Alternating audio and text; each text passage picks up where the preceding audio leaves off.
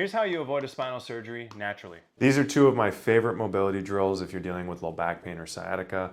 If you've noticed that you've got really tight hips, or you notice that one side of your pelvis is sitting higher than another, or you have a short leg, these are two of my favorite drills for these types of situations. So first muscle group that we're actually going to be working on is actually your adductors, which sit on the inner thigh. So if you've ever had trouble going into like a butterfly stretch or sitting crisscross, this is a really great muscle to release, to be able to get that muscle to relax and allow your pelvis to drop and open up so that you can move your hip the way it's supposed to. So I'm going to use this tool right here, but if you have a wooden spoon at home or like a dough roller, you can use either of those. This is the muscle group right here we're talking about, attaches from the pelvis into this area right here on the leg. So we're just going to be scraping through, and you actually get into that stretch where it's stuck and you're just breaking it up.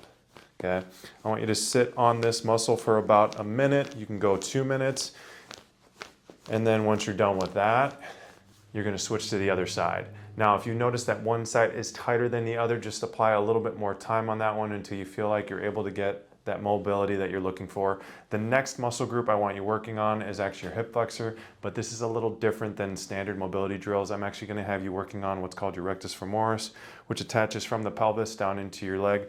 And I'm going to have your knee bent, and you're just sitting upright, and you're just going to work your way down that muscle into the inner knee, okay? So you're just going down, same tool, same concept, about a minute or two. So most of what you're working on is going to be in that inner thigh and that inner quad going down the leg.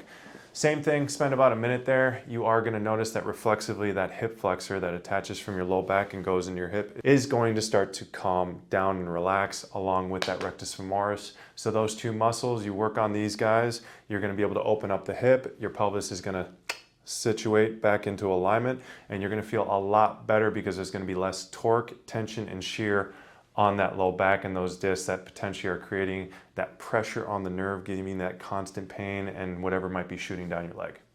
So if you'd like to heal up your disc naturally, message us the word HEAL, and we'll get you set up with a strategy call with one of our team.